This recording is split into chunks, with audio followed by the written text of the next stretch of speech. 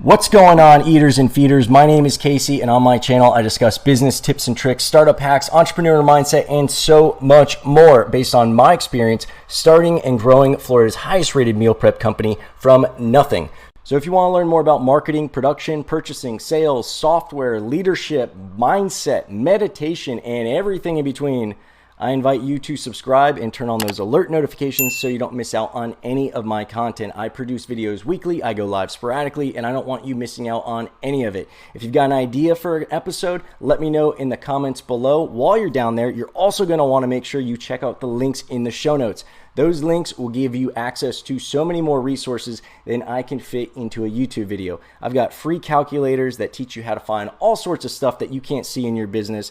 I've got free software that will completely run your business. I've got free ebooks. I've got free boot camps. I've got one-on-one consulting. I've got private groups. I've got so much stuff, and you will only find it if you check out those links in the show notes and if you venture on over to mealprepbiz101.com. That's my site where I host so many more tips, tools, resources, and great stuff that will make your life easier and make your business more successful. So check out those links and check out mealprepbiz101.com. Now let's check out today's episode. Welcome to our channel where we go behind the scenes for meal plan company Fit Food Fresh and other local businesses across South Florida.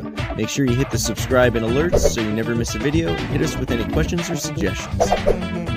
This is a special type of episode. They're essentially short little clips from longer episodes, interviews, or consultations that focus on a specific term, topic, or concept, densely packed with value and information that you can immediately learn from and implement in your business's operations. If it's a clip from a longer episode that you'd like to see in its entirety, I invite you to head on over to my YouTube channel where you can see the full-length episode and the context in which this topic was discussed.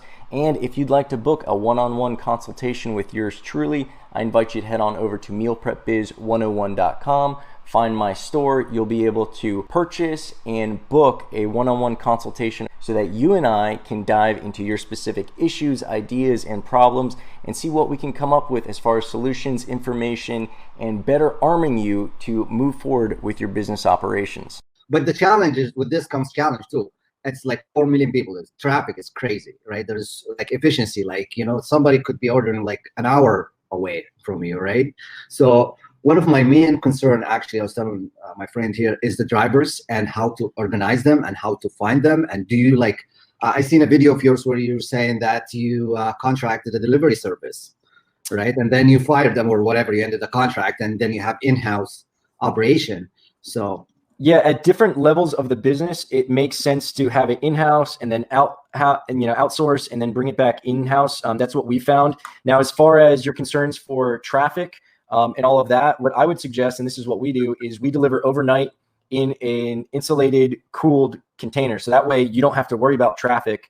I've always wanted to go to LA in these areas that are notorious for horrible traffic, because you're able to take advantage of the flexible delivery time by going, the worse the traffic, the better for this business, because that's one less reason for them to go and shop for themselves. They don't want to deal with it, right? Good way to look at it. Yeah, so it increases your value if you're able to deliver overnight, and then traffic's way down. So we have our guys leave at midnight and they finish by 6 a.m. And then we have another. You wouldn't be doing that. Like they just put it in front of their houses and stuff, like in the middle of the night.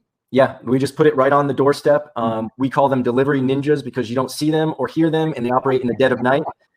So we say, we don't knock on the door, we don't slam your gate, we don't make your dog bark, and you just silently put it there. It's on cold packs. Obviously, we're in Florida, and we're able to get away with cold packs, and it's really hot. So you guys will have no problem with that. The one every once in a while, a lot of people think oh, is it safe on my doorstep? We have such a small problem with food going missing. It's never been an issue. That's what people are always concerned about. They're like, what if someone just steals it from my doorstep? And it's like, this is overnight. You're at a bigger risk of Amazon dropping off a package in the middle of the day and someone walking by and stealing it. So it's normally not that much of an issue. And I would strongly suggest that if you guys are in Toronto and there's traffic as an issue, use that to your advantage and use that as a value add. And like me as a consumer, if my food is sitting, if I know my food was delivered at noon and I don't get home until 6 or 7 because I got to go pick up the kids or I got to, do whatever else, I'm gonna be like, man, how long was that food sitting out on my doorstep? And even if the food's safe, they're going to start thinking that, and they'll be like, I don't like that. Because we've had clients that come over from other services and they're like, isn't that crazy? Just sitting out in the sun all day. I like, how do they think that food's safe? How are they doing that? I'm like, I don't know. We deliver overnight, so it's nice and safe. And I'm like, that's so much better. So keep it in mind at least. Cause like I said, you have to think if I'm driving 50 miles in traffic versus 50 miles without traffic, I'll be able to finish my route faster, which means within a certain period of time, I'll be able to deliver to more people, as well. I'll be able to get more stuff done. So it makes everything more efficient when the traffic isn't a factor that you have to deal with. That's it. There's no argument about that. But think about it. Yeah. I'm not going to tell you what to do, but keep that in your mind. If you start running into some friction, like for instance, our overnight deliveries, we will put up to 24, sometimes 30 deliveries in one person's car, and they can get that done within a 4 to 6 hour period. And we like to have a little bit of extra room just in case they run into some kind of a snag or they have a new delivery and they have to spend some extra time finding it. But our deliveries that we do that leave at 8 or that leave at 7 a.m. and have to deal with traffic, we don't let them leave with any more than 12. So now if I have to deliver 24 in a day, I have to hire 2 guys. And that delivery driver, whether you're paying him by the mile or by the drop, he's going to look at it as, I worked for this much time. I need to make this much money to make it worth my time. So if they're able to do more deliveries for you within that same period of time, and you're able to pay them the same dollar amount as the guy in the morning, like the morning routes are just more expensive for us because the guy is expected to make a certain amount of money per hour. And now he can do half the deliveries per hour. So it hurts us as a business. So we always try to get people to do overnight unless they absolutely have to do it on the morning. So just keep that in mind because those little things, the overnight deliveries, those are profitable for us. We make money on that. We charge people $15 a week. It's about $7.50 per delivery. And the deliveries cost us on average about $5. So we make an extra couple of bucks and it adds up. Whereas, the stuff during the day, it's not profitable. I don't even want to think about how much we're paying, but it's worth having that client. So just think about it. Just think about it. No, now you're talking. I'm going to think about it. We're going to think about it. We'll see. Value add.